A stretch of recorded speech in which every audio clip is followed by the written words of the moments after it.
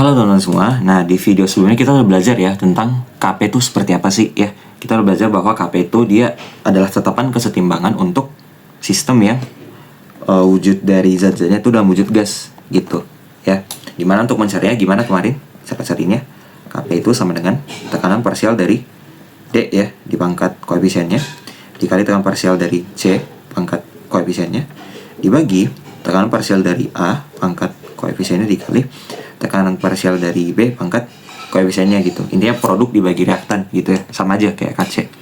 Nah, tapi teman-teman yang menjadi pertanyaan di sini ya, yang mana aku bakal bahas di video ini, apa sih hubungan antara KC dan KP nih ya. Ini hubungan mereka gimana nih, baik-baik aja nggak gitu ya. Nah, jadi teman-teman, sebuah sistem kesetimbangan kimia yang berwujud gas kayak gini nih, seperti aku tampilin di layar kalian saat ini dia punya dua-duanya teman-teman. Ini KC-nya ada nih ya. Kita bisa cari KC-nya berapa. Ini KP-nya juga kita bisa cari. Gitu ya. Karena si A-nya kan punya tekanan parsial dan juga dia pasti punya konsentrasi kan. Ingat bahwa konsentrasi itu kan kita simbolin M gede ya. Jadi molaritas itu sama dengan mol per volume. Molnya kan pasti ada ya. Dan volume dari si zatnya itu pasti ada gitu. Dia menempati sebuah ruang tertentu. Volumenya pasti ada jadinya. Jadi KC dan KP dua-duanya ada nih. Cuman yang menjadi pertanyaan, hubungan mereka berdua kayak gimana gitu. Nah, untuk mendapatkan hubungan KC dan KP ya teman-teman ya, kalian boleh review lagi di persamaan gas ideal. Persamaan gas ideal kan lagi-lagi kan P dikali V sama dengan nRT gitu ya. Dimana P-nya ini adalah, jangan lupa, tekanan, V-nya adalah volume, N adalah mol, R adalah tetapan gas ideal, dan T adalah suhu atau temperatur gitu. Nah, untuk menemukan hubungan antara KC dan KP teman-teman, kalian coba lihat lagi nih. Di rumus KP kan kita pakainya tekanan parsial nih di sini ya. Dimana tekanan ini kita bisa cari nih hubungannya dengan molaritas dari persamaan gas ideal ini. Ya, di sini kita punya simbol tekanan ya, ada P di situ. Nah, ini kita bisa cari nih. P itu sama dengan berapa sih? Ya, molaritas dikali apa gitu. Nah, berdasarkan rumus ini berarti kan tekanan itu bakal sama dengan, ya katakanlah tekanan sebuah zat A gitu. Ya, boleh tekanan total atau tekanan zat A. Intinya pasti dia bakal memenuhi persamaan ini. Nah, katakanlah tekanan zat A. Tekanan zat A itu kan pasti sama dengan mol zat A-nya dikali R dikali T dibagi V gitu.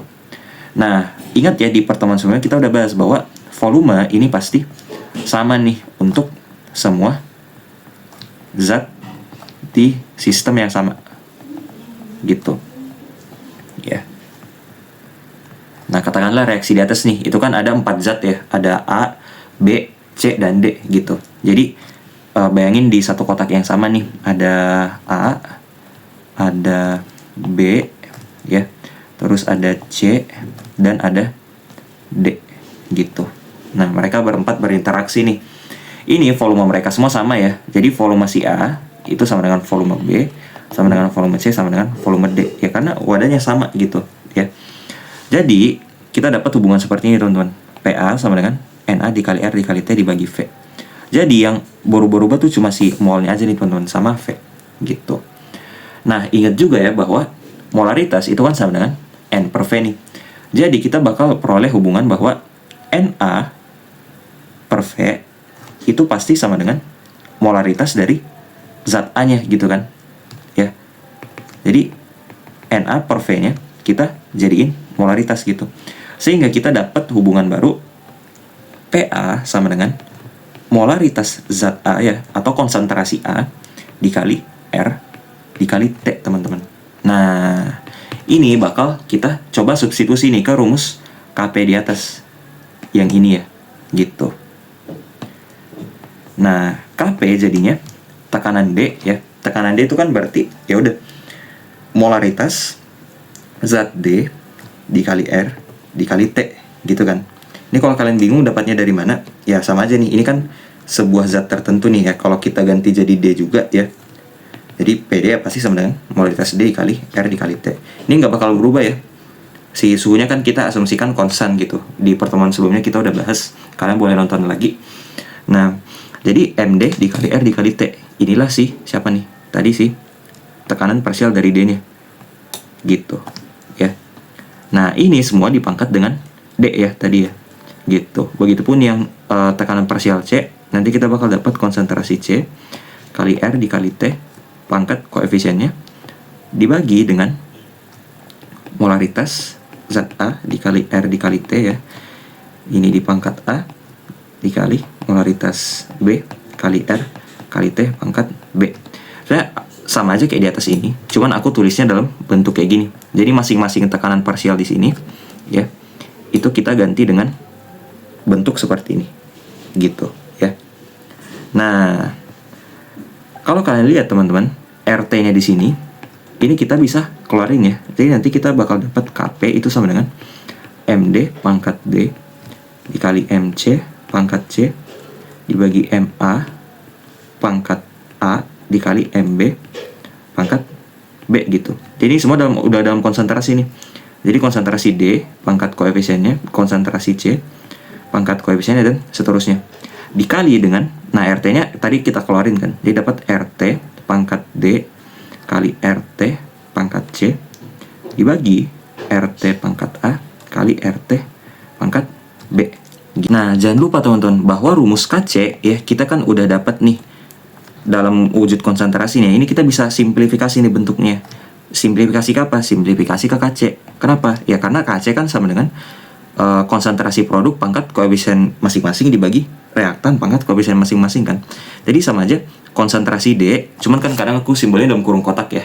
Ya sama aja kalau kita simbolnya dalam M besar gitu ya. Jadi konsentrasi D pangkat D kecil kali konsentrasi C pangkat C kecil bagi konsentrasi A besar pangkat A dikali konsentrasi B pangkat B kecil kayak gini. Nah, jadi si ini kita ganti dengan KC nih Pak. Gitu. Jadi dapatnya KP sama dengan KC ya dikali sama yang ini nih. Nah, yang ini kalau kita selesaikan kan bakal dapat RT pangkat. Nah, ingat di matematika ya. Kalau misalnya basisnya sama kayak gini, terus pangkatnya berbeda gitu, terus kita kaliin, nanti bakal pangkatnya tuh dijumlahin. Jadi D plus C kayak gini. Nah, yang di bawah berarti RT pangkat A plus B gitu kan. Nah, ini masih bisa kita sederhanain lagi.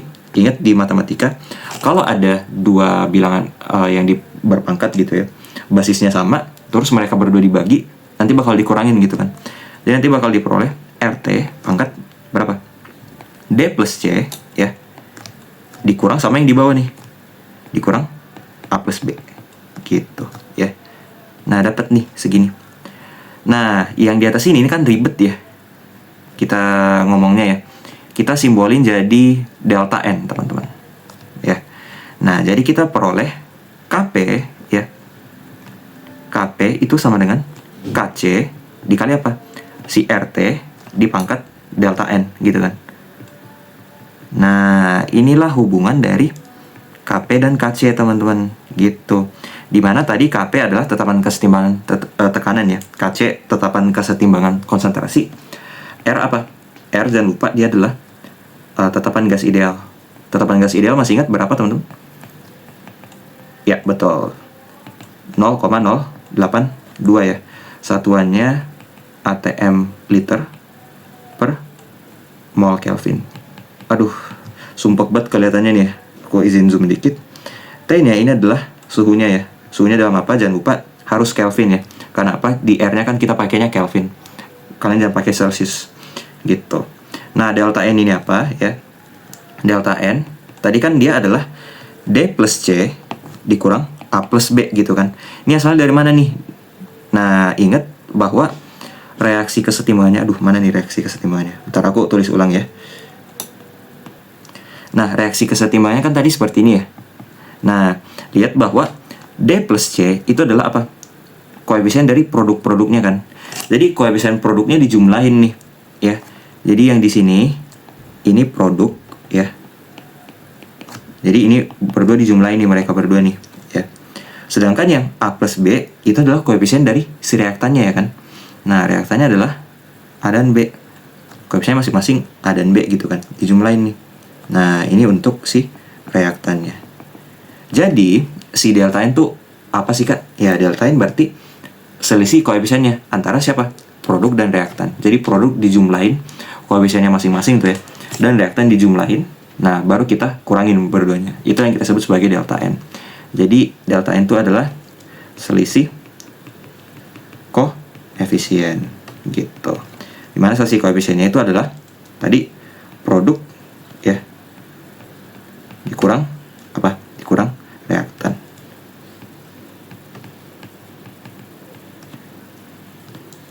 Gitu teman-teman ya. Jadi hubungan KP dan KC seperti ini. Jadi kalau kalian mau cari KC dari persamaan ini, jadi ceritanya udah dapat KP nih dari soal ya. Terus mau cari KC, ya bisa pakai rumus ini teman-teman. Aku tadi turunin panjang lebar tuh ya di video ini supaya kalian tuh nggak hafalin rumusnya teman-teman ya. Kalian bahkan bisa nurunin sendiri nih kalau kalian paham cara aku nurunin tadi. Aku yakin banget kalian bisa ya. Jangan memandang rendah diri kalian teman-teman. Aku yakin kalian bisa kalau misalnya kalian beneran paham. Nah kayak gitu ya.